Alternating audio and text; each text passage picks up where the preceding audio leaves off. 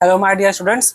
आज हम लोग स्टेप्स ऑफ रिसर्च प्रोसेस यानी कि रिसर्च को कहाँ से वो स्टार्ट होगा और उसका लास्ट स्टेप क्या होगा सो देखें। ठीक है, यानी कि हम लोग शुरुआत कैसे करते हैं रिसर्च का और वो प्रोसेस क्या है वो है। ठीक है, कि स्टेप बाय स्टेप कैसे किया जाता है रिसर्च। तो देखिए, सबसे पहले हम लोग क्या करते हैं, identify and define the problem. सबसे पहले जो भी प्रॉब्लम है, आसान भाषा में जो भी आपका टॉपिक है जिस पे आप करना चाहते हैं रिसर्च, वो आपको खोज के निकालना पड़ेगा। तो जैसे क्या देखिए, हम एग्जाम्पल में लिखे हैं, the researcher select a topic problem to study. ठीक है, जैसे कि एग्जाम्पल में क्या लिए हैं, impact of online class on student performance, यानी कि ऑनलाइन क्लास का स्टूडेंट का परफॉर्मेंस में क्या इम्पैक्ट पड़ेगा। मान लीजिए ये हम लोग का टॉपिक है, तो पहला पहला स्टेप क्या करते हैं भाई, identify and define the problem, और इसी में सब कुछ डिफाइन होगा पहला स्टेप में। फिर review of literature. Review of literature बोलने का मतलब होता है इससे मिलता जुलता जो भी research, study of previous research and theories related to this topic, इससे मिलता जुलता जो भी टॉपिक पहले जिस पर स्टडी हो चुका है, ऑलरेडी हो चुका है, उसको हम लोग स्टडी करेंगे। क्यों करेंगे? हेल्प के लिए। ठीक है, आपको जरा सा भी आइडिया नहीं होगा कि आपको करना क्या क्या नहीं करना है, कुछ दिमाग काम नहीं करता है। ठीक है, और गाइड लोग भी अच्छे रहे तो ही हेल्प कर पाएंगे, वरना वो लोग भी कुछ बताने वाले नहीं रहते हैं। तो रिव्यू ऑफ लिटरेचर बहुत हेल्प करता है ये जानने के लिए कि भाई इसमें करना क्या है। ठीक है, तो जैसे आप अलग अलग प्रीवियस स्टडी को पढ़िएगा, अब इससे रिलेटेड ऑनलाइन एजुकेशन से, तो आपको इसमें बहुत बेनिफिट मिलेगा। शोधगंगा एक वेबसाइट है, वहां पर आपको बहुत सारा थीसिस मिल जाएगा, वो काफी आपको हेल्पफुल रहता है। ठीक है, तो देखिए ये हो गया। अब हम लोग इसमें एक reading journals on digital education on it's outcome, मतलब हम लोग एक अलग जर्नल खोज लिए इस टॉपिक से रिलेटेड, ताकि भाई करना क्या हमें कुछ आइडिया मिल जाए। रिव्यू ऑफ लिटरेचर का मतलब क्या हो गया, प्रीवियस स्टडी को स्टडी करना ताकि कुछ हेल्प मिले।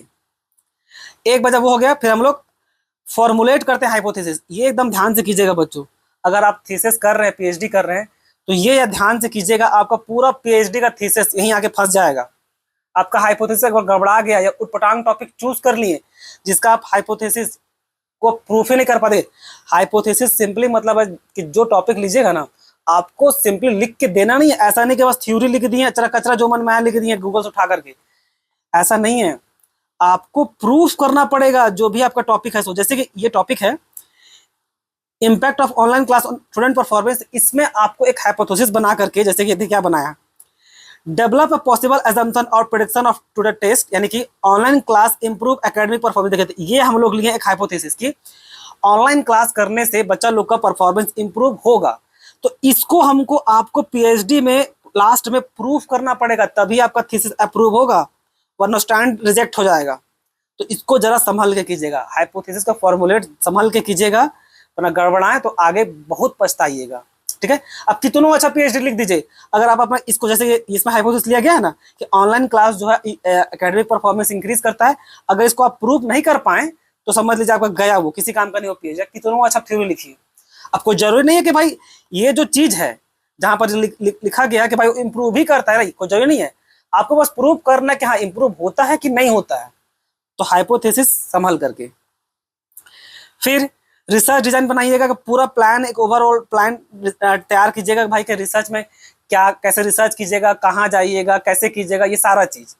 ठीक है, जैसे देखिए choosing survey method, Google form, अलग अलग जितना भी आपको हेल्प मिले। देखिए ये क्योंकि ऑनलाइन है ना, इसलिए ऑनलाइन उठाया हुआ है कि जितना आपको हेल्प मिल सकेगा कि भाई रिसर्च डिजाइन में आपको ओवरऑल आपका पूरा रिसर्च, यानी कि पूरा ओवरऑल प्लान लिख करके देना पड़ेगा आपका थीसिस में कि क्या रिसर्च, कौन सा रिसर्च लीजिएगा, कौन सा टूल्स लीजिएगा, कौन सा प्राइमरी लीजिएगा, सेकेंडरी डेटा कौन सा लीजिएगा, सारा चीज यहाँ पर होना चाहिए। डिफाइन पॉपुलेशन एंड सैंपल, एक बार जब हो जाने के बाद फिर हम डिसाइड करते हैं भाई कि सैंपल कैसा रहेगा, कितना रहेगा वो। तो यहाँ पर जैसे 200 स्टूडेंट का हम लोग सैंपल लिए हैं। डाटा कैसे कलेक्ट करेंगे 200 का, तो भाई 200 डाटा कलेक्ट करने के लिए हम लोग सर्वे, इंटरव्यू, ऑब्जर्वेशन या अलग अलग इन्फॉर्मेशन गैदर करेंगे। जैसे यहाँ कैसे collecting in response from online question air, अलग अलग को क्वेश्चन एयर भेज देंगे ऑनलाइन, ताकि हम लोग को डेटा मिल जाए, तब ना ये जो हाइपोथेसिस की है उसको प्रूफ करना है हम लोग को। फिर 7 स्टेप पे क्या कीजिएगा, उसको ऑर्गेनाइज, इंटरप्रेट, स्टैटिस्टिकल मेथड लगा करके, अलग अलग लगा करके उसको डेटा को आप एनालाइज कीजिएगा। जैसे अलग अलग टेस्ट लगाइएगा, जैसे टी टेस्ट हो गया, एफ टेस्ट हो गया, जेड टेस्ट हो गया, अलग अलग टेस्ट, इस तरह से आपको एनालाइज करना है डेटा को।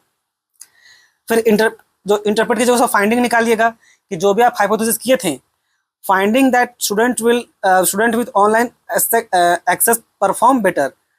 तो जो भी डेटा लेकर के आइएगा उसको आप एनालाइज कीजिएगा, उसके बाद अपना वहाँ पर इंटरप्रिटेशन लिखिएगा कि भाई हाँ, कि जिसके पास ऑनलाइन एक्सेस है उसका परफॉर्मेंस थोड़ा सा बेटर तो होता है, ठीक है।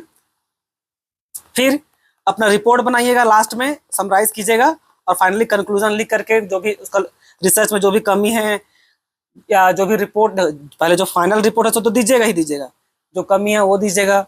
उसके बाद और भी जो भी लिमिटेशन है या कुछ सजेशन आप देना चाहते हैं वो सब लिख करके इसमें दीजिएगा कंक्लूजन के साथ। तो ये हो गया आपका प्रोसेस ऑफ या स्टेप्स ऑफ रिसर्च, ठीक है, कि रिसर्च कहाँ से शुरू होगा और कहाँ पर खत्म करेंगे। सो